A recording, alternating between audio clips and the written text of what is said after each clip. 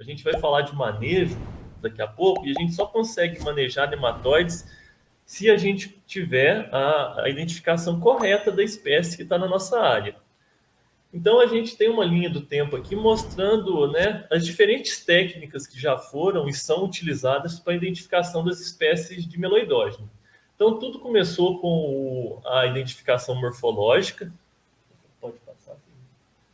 Então, por 40, 50 anos, no mundo, essa foi a principal forma de se identificar espécies de meloidógeno.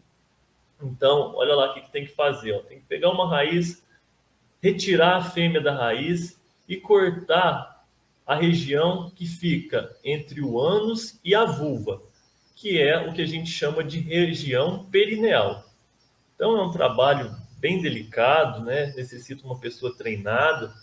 E aí esse material é colocado numa lâmina e a gente leva para um microscópio para observar. Então o que a gente observa? A disposição dessas estrias, a distância da vulva para o ânus, e aí faz a identificação das espécies. Bom, hoje sabe-se que essa técnica ela não é eficiente, não é confiável. Por quê? Como eu disse, a gente tem mais de 100 espécies descritas. E existe sobreposição entre espécies, espécies que apresentam o mesmo padrão perineal. Tá? Então, por exemplo, no laboratório de nematologia aqui da UFLA, essa era a técnica utilizada há até 10 anos atrás para identificar as espécies de meloidógeno. Hoje a gente não usa mais. O problema é que tem muitos laboratórios no Brasil que ainda se baseiam apenas nessa técnica para a identificação das espécies de meloidógeno. Então, a minha dica para vocês é, se no futuro vocês forem enviar amostra para um laboratório, né, para identificação de espécies de meloidógeno, tomar cuidado com isso aqui, né? A gente não pode ficar preso apenas à identificação pelo corte perineal. Pode passar, se a gente adiantar. Pode passar.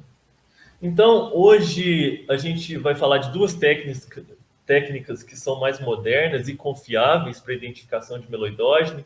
A primeira é a eletroforese de isoenzimas. Então, as fêmeas de meloidógeno, elas são ricas nessa enzima, na esterase, e cada espécie tem um fenótipo de esterase. Quando a gente coloca num gel de poliacrilamida, a gente consegue separar esses fenótipos. Qual que é o problema dessa técnica aqui? Que a gente está limitado, né? A gente precisa de fêmeas. E muitas vezes chega no laboratório solo sem raiz, né? E no solo não tem fêmea de meloidógeno. As fêmeas estão lá no tecido, né, na raiz. Então, a grande limitação dessa técnica é que a gente precisa ter as fêmeas. Então, hoje, por exemplo, aqui no laboratório da UFLA, a gente usa como na rotina essa técnica para identificação das espécies de meloidógeno.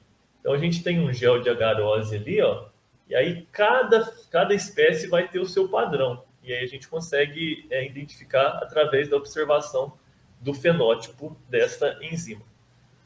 A gente também pode identificar, né, as espécies de nematóide pelas sequências de DNA. E tanto no PCR, e a gente tem o PCR, né, convencional, mas também já tem técnicas de PCR em tempo real. E, além de identificar, a gente consegue quantificar. E aqui a gente tem usado essa técnica mais para os trabalhos científicos. Mas já tem vários primers que já foram desenhados, né? E alguns laboratórios no Brasil já fazem a identificação, inclusive laboratórios privados, através do PCR.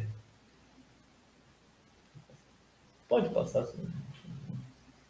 Então, terminamos essa primeira parte que era para falar um pouquinho sobre a biologia, né, dos nematóides das galhas.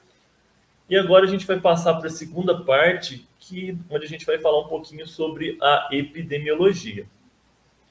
E aí é sempre bom a gente falar sobre isso, né? E destacar, será que existe uma época certa de coletar amostras para enviar para o laboratório, né?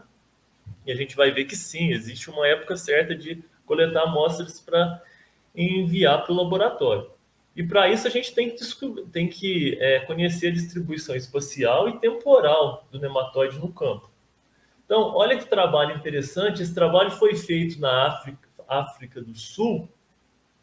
Esse solo aí estava infestado com Meloidogene nichitude e Meloidogene apla. E eles foram coletando solo para fazer extração de nematóides durante 2 anos.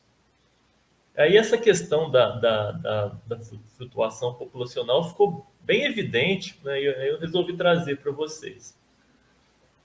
Olha lá para vocês verem, ó, em setembro de 2014, né? Eles tinham acabado de tirar a batata da área, uma área que estava cultivada com batata. A população no solo de Meloidogene apla e Meloidogene nichitude estava em torno de 301 espécimes em 100 gramas de solo. Como eu estava falando, a gente está falando aqui sobre a flutuação populacional, né, dos nematóides no campo. Esse trabalho é um trabalho que foi feito lá na África do Sul, mas se assemelha muito à situação que a gente tem aqui no Brasil. Então, se a gente olhar aqui em setembro de 2014, né, a população estava bem alta, estava 301 espécimes em 100 gramas de solo. O pessoal entrou com pousio, 6 meses depois praticamente não tinha nematóide na área, né? A gente vai ver que não é esse 3 aqui, ele não é um número muito real. As técnicas de extração de nematóides que a gente tem no mundo, elas são bem ineficientes. Elas não conseguem pegar mais do que 50%, né, daquilo que está no solo. Mas, de qualquer forma, dá para ver que teve uma queda drástica aqui na população, né, com 6 meses, 9 meses, sem cultura na área. Por quê? As espécies de meloidógenes são um patógeno biotrófico, né? Precisa da célula viva ali para poder se alimentar. Se não tem alimento, grande parte da população, a população vai diminuir. Então, quando eles entraram com feijão, a população aparentemente estava baixa, mas 6 meses depois já tinha subido novamente. Então, colheram feijão, entraram com pousio, a população caiu. Quando entrou com a batata, que é uma cultura susceptível a essas espécies de meloidógeno, a população voltou a subir. Então, isso aqui, pessoal, é para mostrar para vocês que tem um momento, né, certo de fazer a coleta. Porque se a coleta tivesse sido feita aqui em julho, né, de 2015, provavelmente esse pessoal ia falar assim, não, a gente não tem problema com nematóide, mas na verdade não é isso, né? O nematóide estava ali e a gente viu que no final da cultura, né, em uma população bem alta. Então, a época certa, né, indicada de fazer a amostragem de solo é em torno de 60 dias após a semeadura. Isso em culturas anuais. Em culturas perenes, como o café, a época certa de fazer a coleta de solo e raiz para enviar para o laboratório, né, para a gente identificar qual que é a espécie ou para ver o nível populacional, é no período chuvoso, onde a gente tem mais raiz.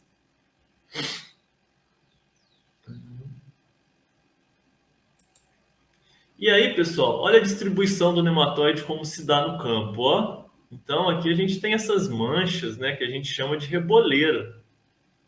Isso se deve à forma como o nematóide se distribui na área. Ele se distribui de forma agregada.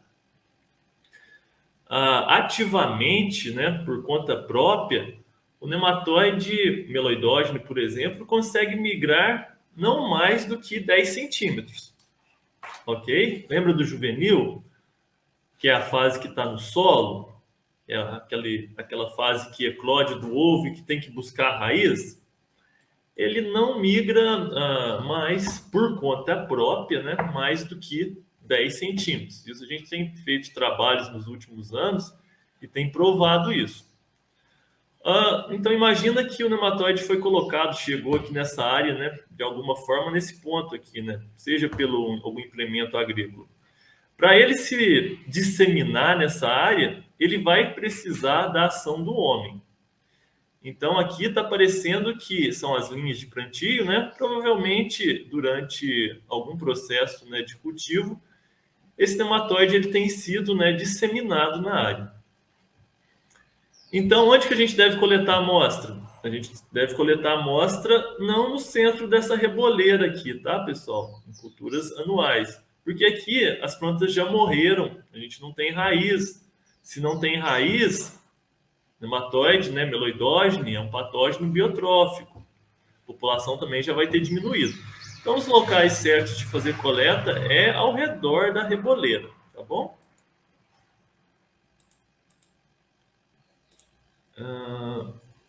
E o que a gente envia para o laboratório, né, quando faz coleta? No caso de meloidógeno. A gente tem que enviar um órgão da planta, no caso a raiz, e solo.